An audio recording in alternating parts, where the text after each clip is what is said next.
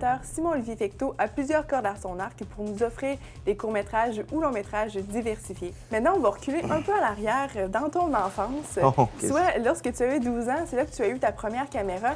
Donc, est-ce que tu pourrais nous parler de ta première expérience de court-métrage?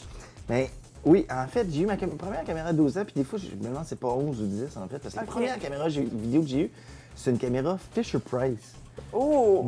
Ça existe? Ça existait, du moins, puis ça existait pendant un court moment.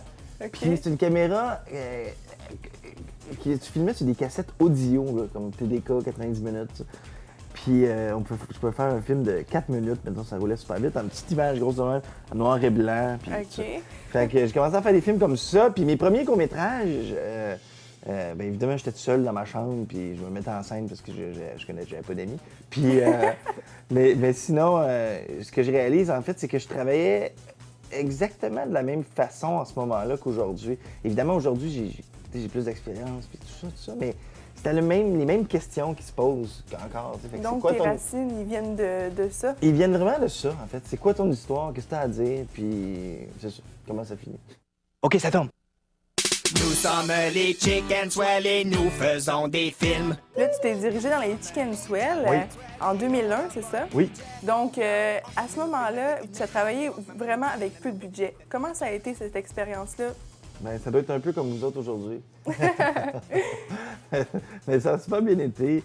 Je dirais que ce qui est le fun de travailler avec peu de budget, c'est que ce qui est important, que tu trouves, qu'est-ce qui coûte rien, je recommence. Qu'est-ce qui coûte rien, c'est une bonne idée. Une bonne idée, ça coûte rien. Puis c'est vrai. Fait que les Chicken Swell, puis on avait pas tout le temps des bonnes idées, mais c'était axé sur essayer de trouver l'idée qui faisait que ça allait être captivant, malgré le fait qu'on n'avait pas des perruques tout croche, puis des fils à l'écran, puis tout ça, qu'on trouvait très drôle comme facture. Est-ce que tu as des conseils pour les gens qui voudraient faire des courts-métrages, puis peu de budget, mais en restant tout de même un court-métrage de qualité? Oui. Je pense que... Attends, moi, je me... Ah, lève-toi. Je suis comme ça. Je suis plus casual.